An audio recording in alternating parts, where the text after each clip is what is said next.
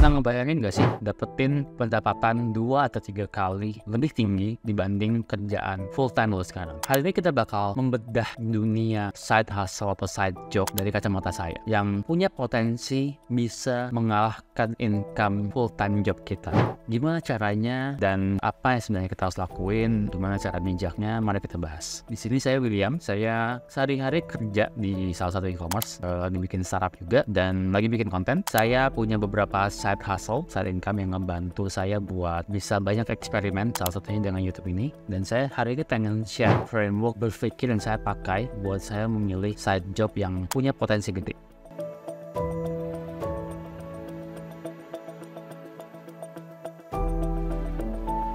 Saat video ini direkam tuh banyak berita-berita kurang bagus, kurang baik terjadi di ekonomi Indonesia, terutama perusahaan-perusahaan banyak yang melakukan layoff segala macam, banyak perubahan yang terjadi gitu. Susah banget buat pekerja kantoran kayak saya yang ngandelin income cuman dari gaji doang, karena kita nggak tahu kapan kita bakal kena impact atau perusahaan bisa kena impact, dan cara paling baik adalah mitigasi diri sendiri. Kita punya beberapa income. Extra income atau side job ini bukan cuma soal dapetin duit doang kalau buat saya, tapi juga dapetin skill baru, pengalaman baru, exposure baru, mengeksplor diri sebenarnya kita tuh sukai di mana sih. Jangan sebenarnya mungkin kita nggak harus kerja kantoran. Ini jadi alternatif buat teman-teman yang mungkin pengen someday jadi entrepreneur, bikin bisnis sendiri. Mulai dari sekarang, mulai dari punya side job. Mitigasi risikonya dengan punya income dulu dari side jobnya, dan nanti perlahan-lahan baru pindah. Itu yang banyak dilakukan sama orang-orang sebenarnya. Terutama mungkin kalau misalnya teman-teman relate sama saya, kita bukan tipe orang yang terlalu risk taker. Kalau menurut saya sendiri, di zaman sekarang itu sebenarnya ada 3 tipe side job yang paling potensial dibanding lain. Kalau misalnya teman-teman coba cek video-video YouTube lain, mungkin banyak banget ya, kayak 10, 15, 20 side job. Tapi menurut saya yang lumayan realistis tuh ada 3. Yang pendapatannya lumayan tinggi, yang potensialnya mungkin bisa ngalahin kerjaan kantoran, gaji kerja kantoran, tapi juga masih make sense gitu.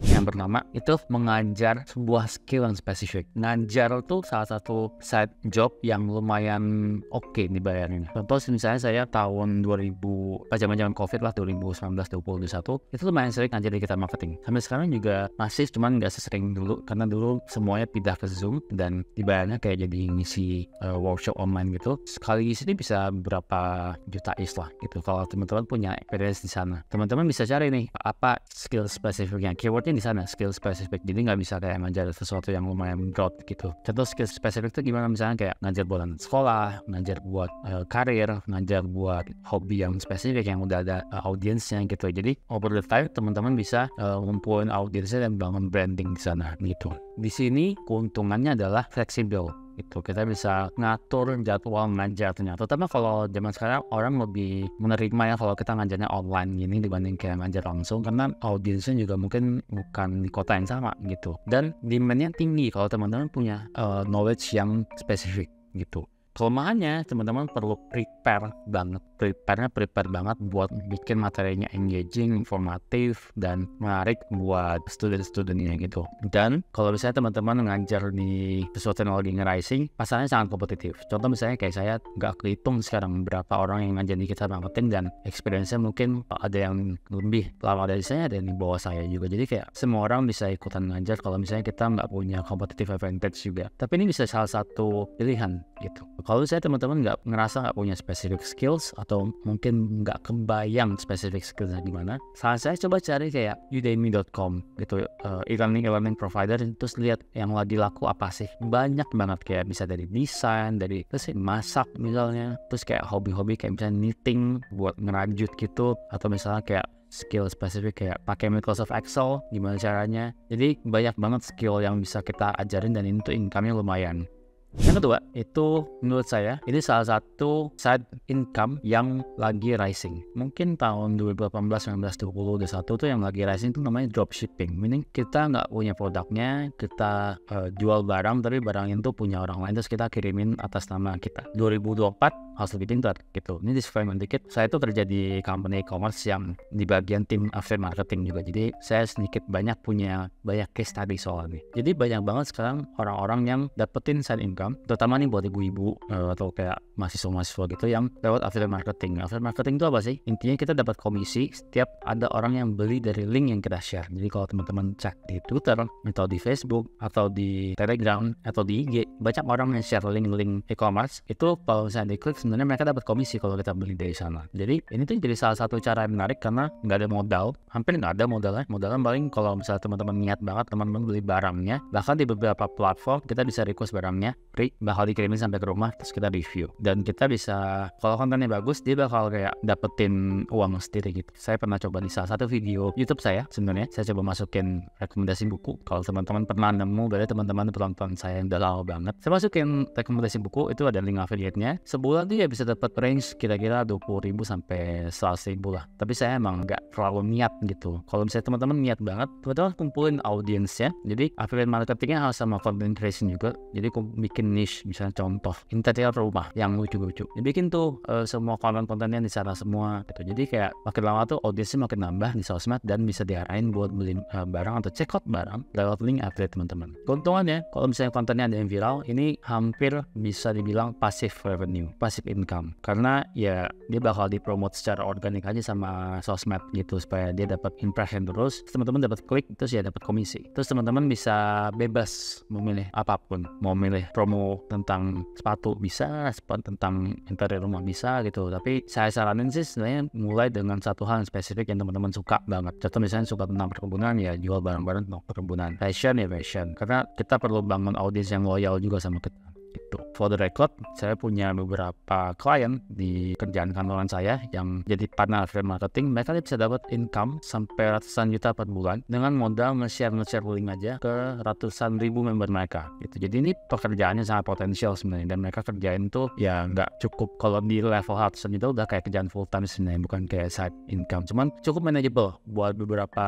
ibu-ibu rumah tangga atau mahasiswa yang masih nunggu, atau misalnya kayak teman-teman yang lagi kerja gitu, cukup manageable. Kita bikin konten share link, bikin konten share link, kita yang penting rajin. Kelemahannya butuh waktu buat kita bisa bangun branding dan dapetin klik gitu. Ada beberapa cara kayak misalnya paid promote buat akun-akun tertentu gitu, tapi idealnya emang dia butuh waktu, butuh effort gitu buat kita bangun sebuah brand lah online gitu yang bisa nawarin produk, review produk gitu. Dan salah satu risikonya, walaupun saya jarang melihat, itu adalah risiko terlalu nempel ke platform. Contoh misalnya kalau teman-teman punya audiens yang gede di Instagram, saya misalnya punya follower 100.000, terus Instagram ubah algoritmanya, itu teman-teman income bisa turun secara drastis. Jadi idealnya emang punya audiensnya sendiri di let's say grup atau misalnya email gitu. Jadi itu bakal lebih aman dari risiko di platforming, kita bisa bilang. Itu affiliate marketing, content creation. Yang ketiga, menurut saya yang lebih make sense lagi, sebenarnya ini mirip sama yang pertama, yaitu kita freelance. Freelance sekarang banyak banget yang dibutuhin. Jadi kayak mulai dari desain, coding, consulting. Saya sendiri